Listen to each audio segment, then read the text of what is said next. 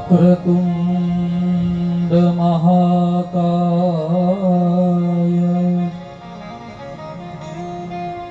सूर्यकोटि समप्रभ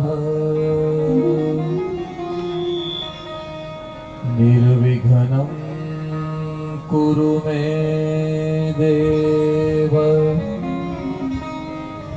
सर्वकार्येषु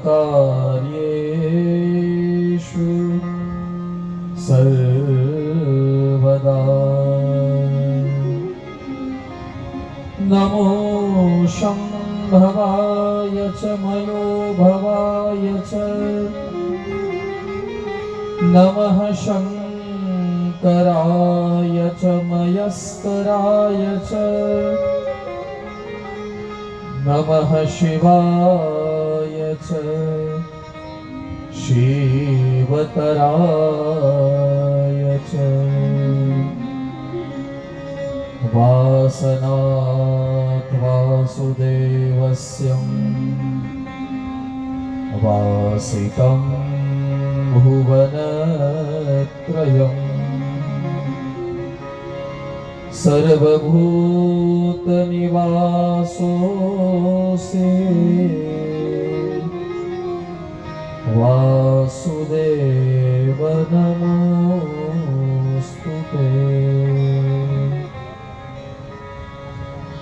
वंशी विभूषितकरा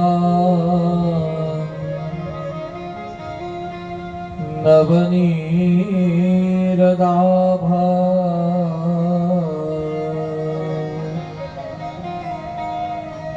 पीताम्बरा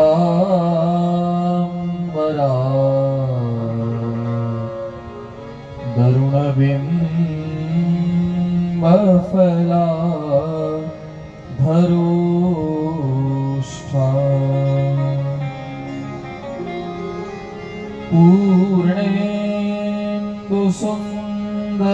पूर्णेन्दुसुन्दरमुखाद् गरविन्दनेत्रा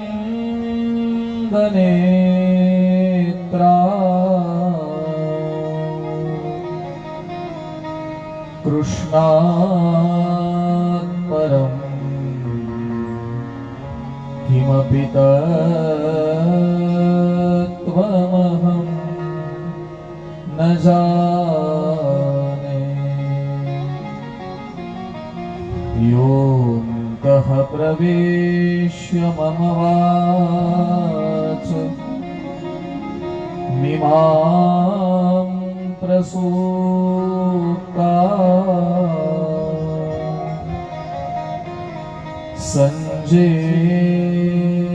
संजीवयत्य किलशक्तिधर स्वधाम्ना। अन्याश्च हस्तचरण श्रवणत्वगादिं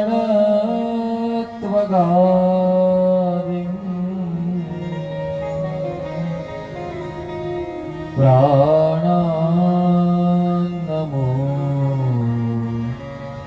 भगवते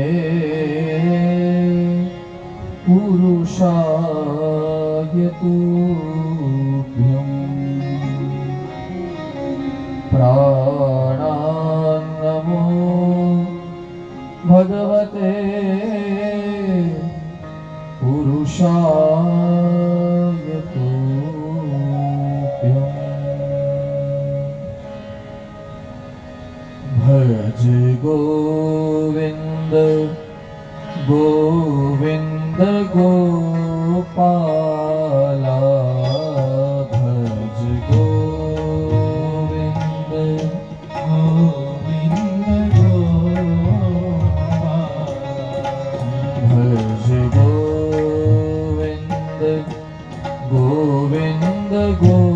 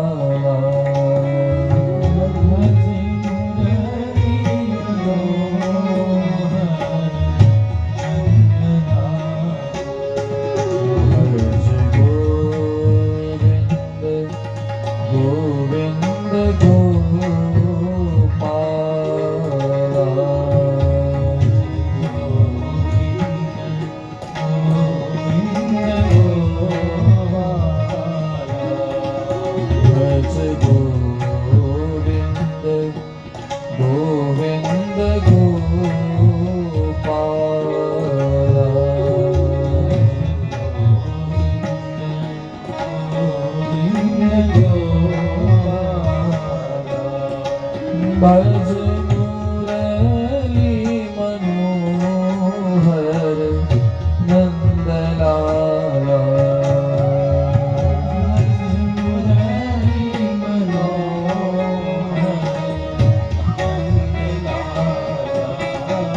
भज मुरली मनोहर नंदलाला।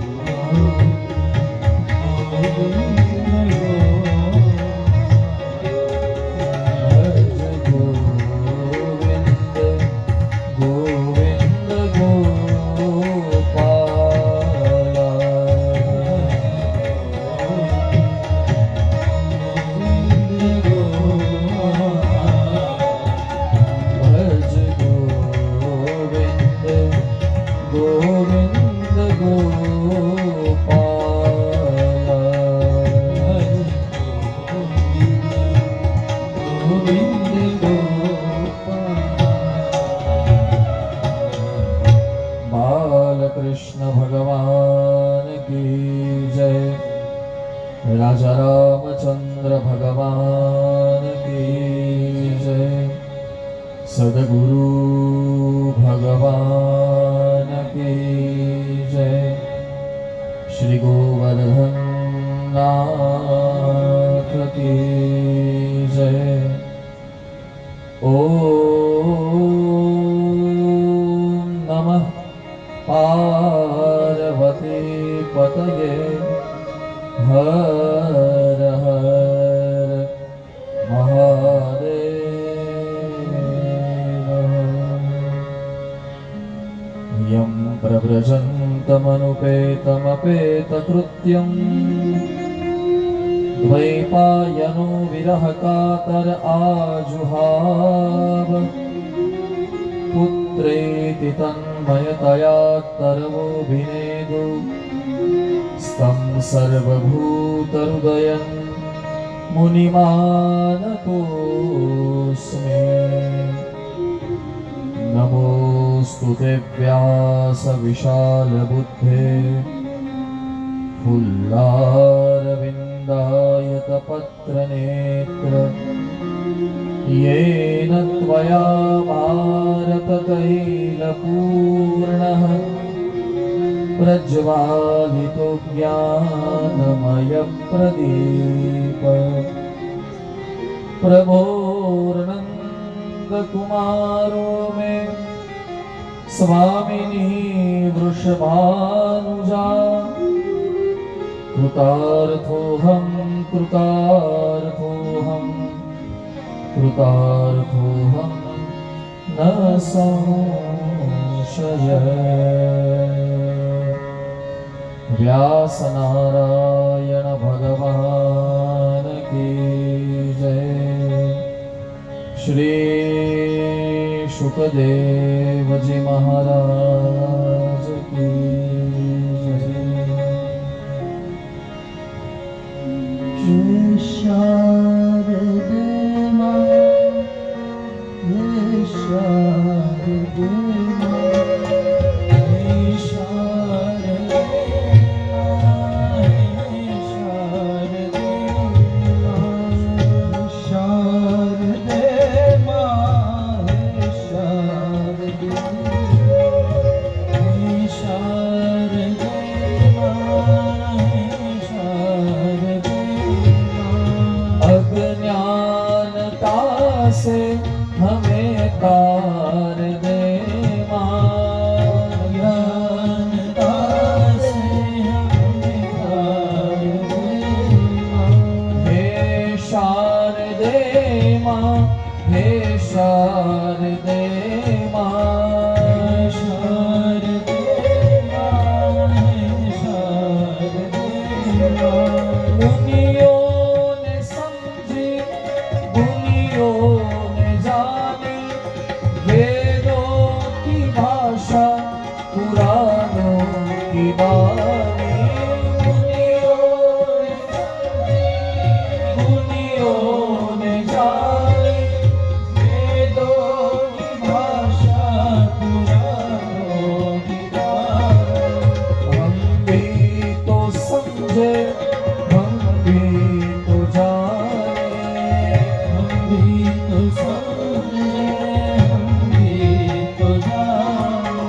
विद्या का हमको अधिकार देना, विद्या का हमको अधिकार देना।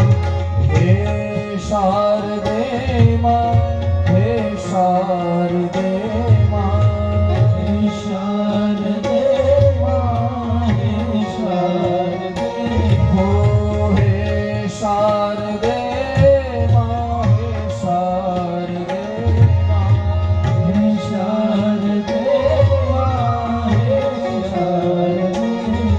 सच्चिदानंद रूपाय विश्वोत्पत्त्यादि हेतवे तापत्रय विनाशाय श्री कृष्णाय वयं नमः। भगवान सर्वेश्वर पूर्ण पुरुषोत्तम अखंड लीला अवतार एवा भगवान कृष्णनी पूर्ण कृपाथी भगवान कृष्णનું જ વાંગમય સ્વરૂપ એવા શ્રીમદ ભાગવતજીની પ્રેમ ભરી નજરથી અને ઠાકરિયા પરિવાર ઠાકરિયા કુળ પરિવારના પૂર્વજોના પુણ્યના પ્રભાવે આજથી ઠીક 7 દિવસ સુધી આપણે કેવા શાસ્ત્રનું શ્રવણ કરવા જઈ રહ્યા છીએ। પ્રથમ તો એ શાસ્ત્રને શાસ્ત્ર કહેવું એ જ યોગ્ય નથી। આ કોઈ શાસ્ત્ર નથી, આ કોઈ ગ્રંથ નથી, આ કોઈ પુસ્તક નથી, આ સ્વયં ભગવાન કૃષ્ણ છે। એટલા માટે મારી પ્રત્યેક કથાના પહેલા જ દિવસે હું બહુ ભાવથી એક નિવેદન કરું, અને જે સત્ય પણ છે, એવું નથી કે મારો ભાવ જ છે, જે વિદ્વાનોએ સિદ્ધ પણ કર્યું છે અને આપણા બધાને નજીક પડે એવી વાત છે। એટલે હું પહેલા જ દિવસે કહી દઉં કે આ કલિકાલ છે, કલિયુગમાં પરમાત્મા પ્રત્યક્ષ મળવા વખતે અઘરા હોઈ શકે, કદાચ પ્રત્યક્ષ સામે ન પણ આવે। હા, કલિકાલ છે, ભગવાન પ્રત્યક્ષ સામે ન પણ આવે, પણ મારે કહેવું છે એટલું, મારી વ્યાસપીઠનું નિવેદન એટલું જ છે કે આ કલિકાલમાં જેને નામ મળી જાય એને સમજવાનું મને રામ મળી ગયા છે, અને જેને કથા મળી જાય એને સમજવાનું મને કૃષ્ણ મળી ગયા છે। આનાથી વિલક ભગવાન કોઈ છે જ નહીં। તમે ક્યારે જોયું છે સાહેબ કે કોઈ ગ્રંથ હોય તો એ ગ્રંથને માથા પર લઈને લોકો ફરતા હોય?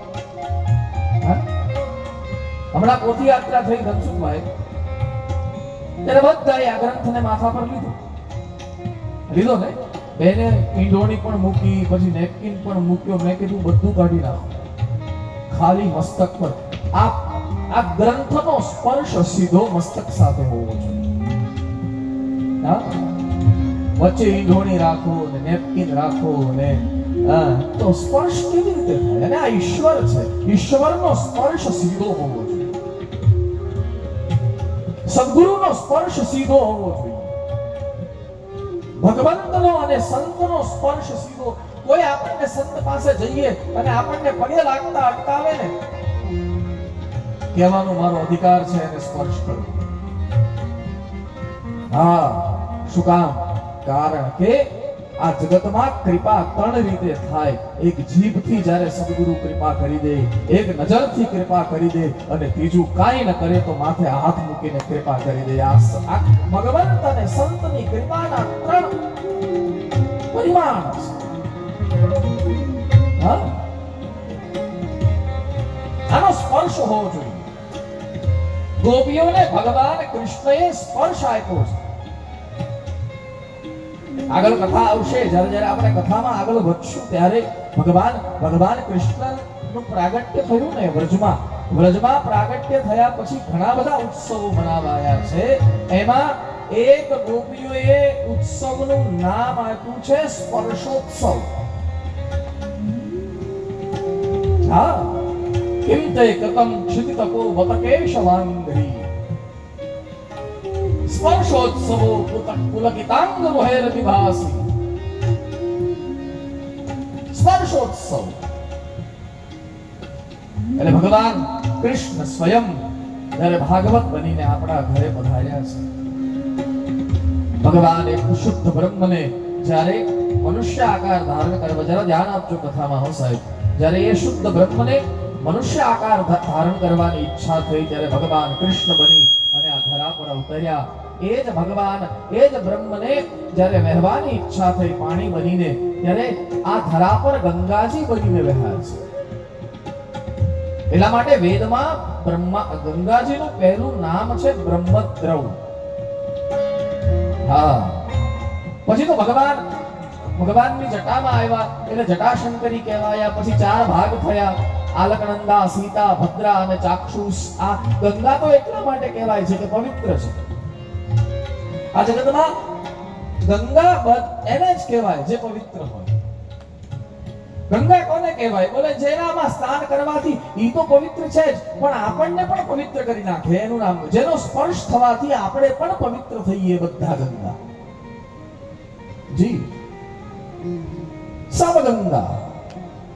તમે ભાગવતજી પાસે આવો અને ભાગવતજીને સ્પર્શ કરો તો આપણે પવિત્ર થઈએ કે નહીં? હા કે ના? આવડું મોટું માથું હલાવો એની કરતા 50 ગ્રામની જીભ હલાવો ને મારા વાલા આમ કરો છો. આ ભાગવત કથામાં જઈએ તો કથા આપણને પવિત્ર કરે કે નહીં? હે? તો કથા ગંગા. હા, કલાવતી કરો. અને ये मैं नहीं कह रहा, આ હું નથી કહેતો, ભગવાન શંકર ખુદ કહે છે કથા શું છે? બોલે કથા ગંગા છે. હા, હવે ધનસુખભાઈ તમે ગંગા કિનારે જાઓ, ગયા છો? હા, 2 વાર તો સંભાવ પરિવારે કથા કરી છે. આપણે તો બધા ગયા જ છીએ, હે? પણ છતાં હું તમને પાછો એક વાર પૂછી લઉં, તમે ગંગા કિનારે કોણ કોણ, ગંગાજીના કિનારે કોણ કોણ ગયું છે? આંગળી ઊંચી કરો. ગયા છો ને? લગભગ લોકો ગયા છે. ગંગાજીમાં આટલું બધું પાણી છે, વહે છે, તમે ઘરે કેટલું લાવી શકશો?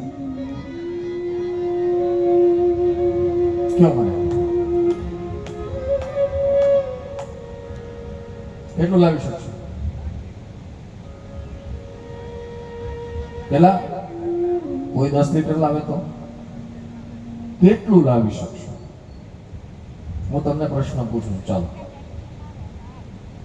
મને જવાબ આપજો. મોહનભાઈ તમારું શું કહેવું છે? રેચનભાઈ તમારું શું કહેવું છે? હે, કેટલું લાવી શકશો? ગમનભાઈ? ગંગાજીમાં તો અઢળક વહે છે પાણી, ત્યાં કોઈ ખોટ નથી. અને એમાંથી તમે કંઈક લઈ આવો તો ત્યાં ઓછું પણ થવાનું નથી. તમે કેટલું પાણી લાવી શકશો?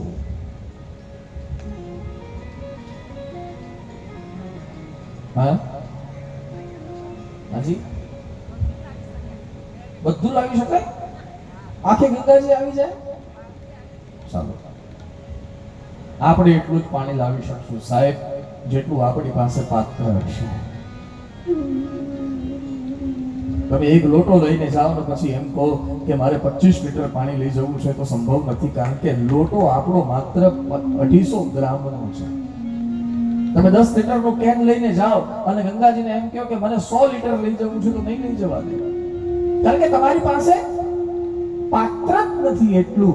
એમ આ કથા પણ ગંગા છે. આમાંથી કોણ ઘરે કેટલું લઈ જશે? બોલે જેનું હૃદયનું પાત્ર જેટલું હશે એટલું અહીંથી લઈ જશે. બાકી તો આ તો દરિયો છે મારા વાળા, ये तो सागर है. राम कथा जहां सुरसरी धारा, राम कथा सुरसरी धारा, सुरसरी यानी गंगाजी. सरसई ब्रह्म વિચાર પ્રચારા સુર સરસઈ બ્રહ્મ સરસ્વતી વિચાર પ્રચારા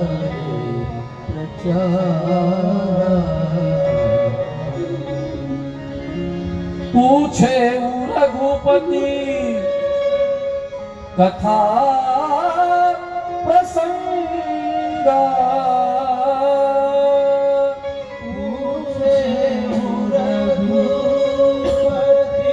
ભગવાન શંકર બોલ્યા છે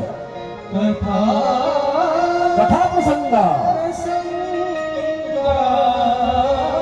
હા અને એ કથા પ્રસંગ કેવું છે પૂછે એવું રઘુપતિ કથા પ્રસંગ સકલ લોક જગ પાવની ગંગા સકલો તમારું નામ ભૂલી ગયું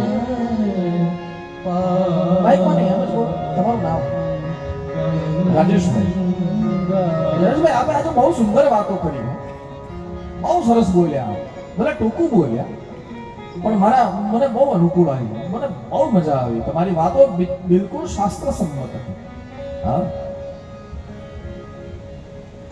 રાજેશભાઈ આ જગતમાં ભગવાન શંકર પાસે બે ગંગા છે બે ગંગા એક તો મસ્તકમાંથી જે ગંગાજી વહે છે અને પૃથ્વીના ભૂગોળને પાવન કરે છે એ પહેલી ગંગા અને બીજી ગંગા મુખમાંથી જે રામ કથા નીકળી આ બીજી ગંગા છે બે ગંગા પણ બે ગંગામાં ફરક એટલો કે જે જટામાંથી નીકળી છે એના કિનારે આપણે જવું પડે અને ત્યાં જઈને સ્નાન કરવું પડે જ્યારે મુખમાંથી જે ગંગા નીકળીને એ તો આપણા ઘર સુધી આવીને આપણને સ્નાન કરાવે આ ફરક છે બેમાં આપણે તો એટલા માટે જંગમ અને સ્થાવર તીર્થની મહત્તા છે સ્થાવર તીર્થ હમણાં ગયા વર્ષે કુંભ મેળો ગયો ને ગયો કે નહીં ઘણા લોકો અહીંથી પહોંચ્યા હતા ગયા હતા હવે કુંભ મેળો જ્યાં થયો પ્રયાગમાં હવે આવતો કુંભ મેળો 2028 માં થશે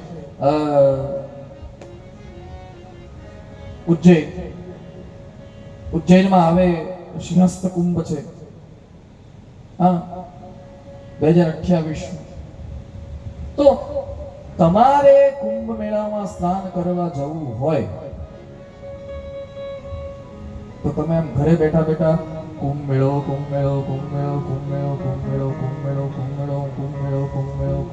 કર્યા કરો તો શું કુંભ મેળો ચાલીને તમારા ઘરે આવે હા કે ના નહીં આવે નહીં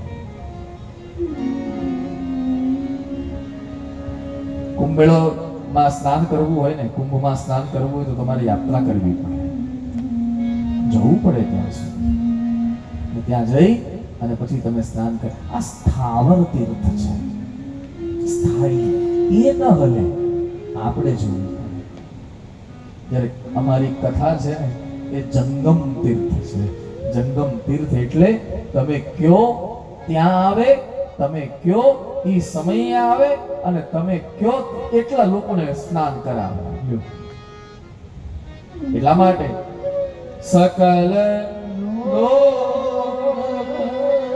જગ પાવની ગંગા જગ પાવની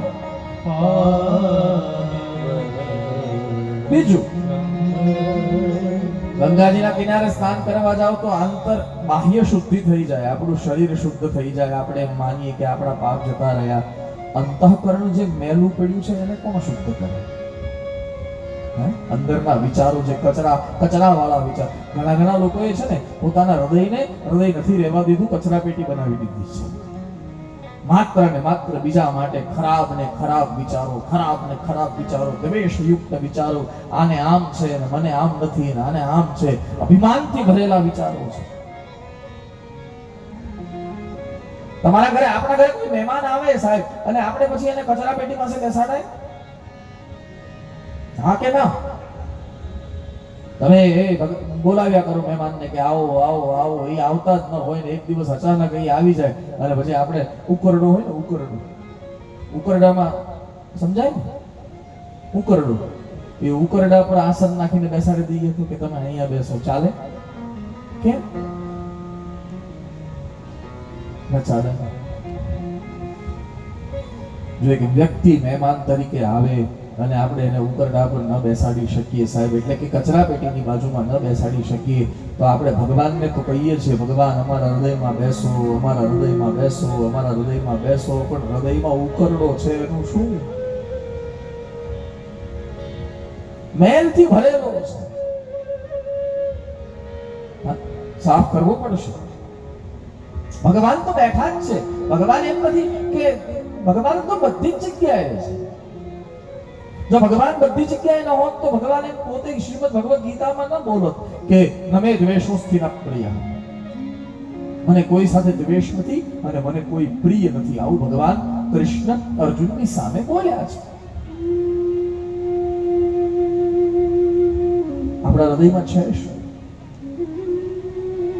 ક્યારે વિચાર્યું છે? ક્યારે પોતાની અંદર જઈને જોયું છે કે હું કેવું છું? બહારથી તો બધા એ કેવા સ્વચ્છ દેખાય છે. બાહ્ય સુંદરતા માટે આપણે અત્યારે મરી પડીએ છીએ. હું આમ દેખાવો જોઈએ, હું આમ દેખાવી જોઈએ, હું આમ હોવો જોઈએ, મારી એન્ટ્રી પડવી જોઈએ. બરોબર છે, ના નહીં, સ્વચ્છ રહેવું, સુંદર રહેવું એ પ્રત્યેક વ્યક્તિનો અધિકાર છે. પણ મારો કહેવાનો, મારો સ્પર્શ કરવાનો અર્થ એ જ છે કે બાહ્ય સુંદરતા વધારે જરૂરી છે કે આંતરિક સુંદરતા વધારે જરૂરી છે?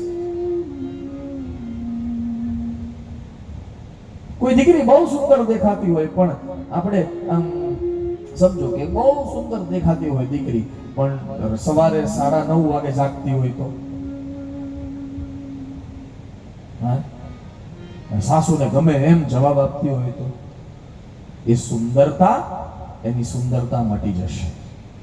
ભલે ગમે એટલી દેખાવમાં સુંદર હોય પણ શીલ નહીં હોય તો એ આંતરિક સુંદરતા પણ જન્માવવી પડશે. અને બીજું એક વાત, મારી વ્યાસપીઠ ઘણી વાર કથામાં એમ કહે, બાહ્ય સુંદરતા ન મળે ને કોઈ ચિંતા ન કરો, આંતરિક સુંદરતા કેળવવાનો પ્રયાસ કરો. શું કામ? બોલે સુંદરતા આપણને બાજુમાં નહીં બેસાડે, અંદરનો સ્વભાવ આપણને બાજુમાં બેસાડશે. હા, તો કથા શું છે? બોલી ગંગા તો બાહ્ય સ્વચ્છતા પ્રદાન કરે, આપણા પાપ નાશ કરીને બાહ્ય આ કથા અભ્યંતર અંદરના મેલને તોડી નાખે. એટલે એ બ્રહ્મને જ્યારે મનુષ્ય આકાર ધારણ કરવાની ઈચ્છા થઈ ત્યારે ભગવાન કૃષ્ણ બનીને આવ્યા.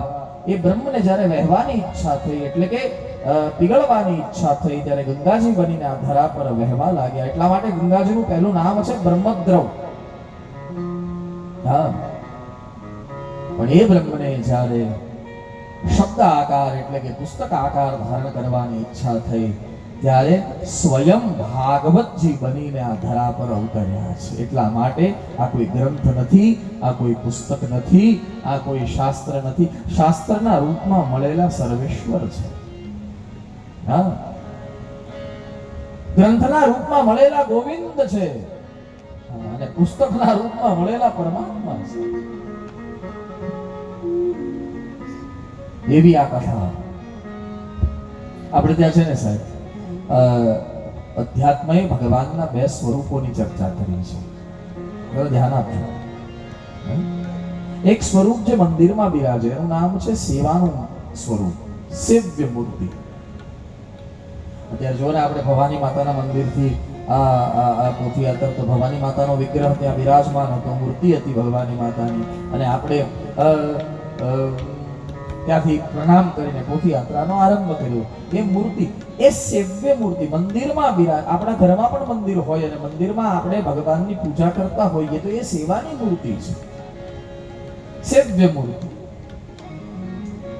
પણ સેવ્ય મૂર્તિમાં એક તકલીફ છે. શું સાહેબ તકલીફ? એ કે સેવાની મૂર્તિમાં જે કંઈ પણ કરવાનું ને બધું આપણે કરવાનું. ભગવાન તરફથી એમાં કોઈ સુવિધા નથી, કોઈ સુવિધા નથી. બહુ ગરમી લાગતી હોય, ચૈત્ર મહિનાની ગરમી પડતી હોય, મે મહિનામાં તો આપણે કેટલી બધી ગરમી પડે, અને એ મે મહિનાની ગરમીમાં કોઈ ભગવાનની આગળ મોટો દીવો કરી આવે તો ભગવાનની મૂર્તિ એમ કહે કે આ દીવો દૂર લઈ જા, મને ગરમી લાગે છે? નહીં. કોઈ ભગવાનને હાર પહેરાવે અને હારમાં કીડા મકોડા આટા મારતા હોય તો ભગવાન એમ કહે કે હાર કાઢી નાખ આમાં. નહીં, એમાં જે કંઈ પણ કરવાનું એ ભક્તોએ કરવાનું છે. ભગવાન તરફથી એમાં કોઈ સુવિધા નથી, કોઈ સુવિધા નથી. હા, પાછું હું એમ નથી કહેવા માંગતો ભગવાનની મૂર્તિ પણ વાતો કરે. હા, કરે. જ્યારે આપણા ભાવની ભૂમિ ભીજાય અને આપણામાં તીવ્ર ભગવાનને મળવાની એક ઘેલછા જાગે ત્યારે ભગવાન ભક્તો સાથે વાતો કરે. આપણે ત્યાં ઇતિહાસમાં ઘણી બધી જગ્યાએ આવી વાતો છે કે ભગવાન ભક્તો સાથે વાતો કરે છે, કરે છે. પણ એની માટે સ્થિતિ બનવી બહુ જરૂરી છે મારા વાળા. હા, સ્થિતિ. રામાયણમાં ભગવતી સીતા જ્યારે ભવાનીનું દર્શન કરવા ગયા ત્યારે મૂર્તિ બોલી છે. જ્યારે રામજીનું દર્શન કર્યું સીતાજીએ, અને એ સીતાજીએ રામજીને પતિ તરીકે પામવા માટે, પતિ તરીકે મેળવવા માટે ભવાનીનું ભજન કર્યું. જય જય ગિરિવર રાજ કિશોરી, જય મહેશ મુખ ચંદ્ર ચકોરી, જય ગજબદન સદાનંદ માતા, જગત જનની દામિની દ્યુતિ ગાતા, નહીં તવ આદિ મધ્ય અવસાના, અમિત પ્રભાવ વેદ નહીં જાના, ભવ ભવ વિભવ પરાભવ તારિણી વિશ્વ વિમોહિની સ્વબસ વિહારિણી. આજે સીતાજીએ માતાજીની પ્રાર્થના કરી, ભવાનીની પ્રાર્થના કરી, અને એ ભવાનીની પ્રાર્થના કર્યા પછી મૂર્તિ હલી. અચાનક ચેતના આવી મૂર્તિમાં, અને ચેતના આવી, ધીરે ધીરે ધીરે પગ હલ્યા, હાથ હલ્યા, અને પછી હોઠ હલ્યા, અને હોઠ હલ્યા, અને હોઠમાંથી જીભ અને એ વાણી, એ મૂર્તિએ સીતાજીને એક આશીર્વાદ આપ્યો છે. મનુજાહી રાજેઉ મિલહી સોબર સહજ સુંદર સાવરો, સહજ સુંદર સહજ સુંદર સાવરો, કરુણા નિધાન સુજાન, સીનું સ્નેહુ જાનત રાવરો, જાનત રાવરો, જાનત રાવરો. એહી ભાતિ ગૌરી આશીષ સુની સિય સહિત હિય હર્ષિત અલી. એહી ભાતિ ગૌરી આશીષ સુની સિય સહિત હિય હર્ષિત અલી, સહિત હિય હર્ષિત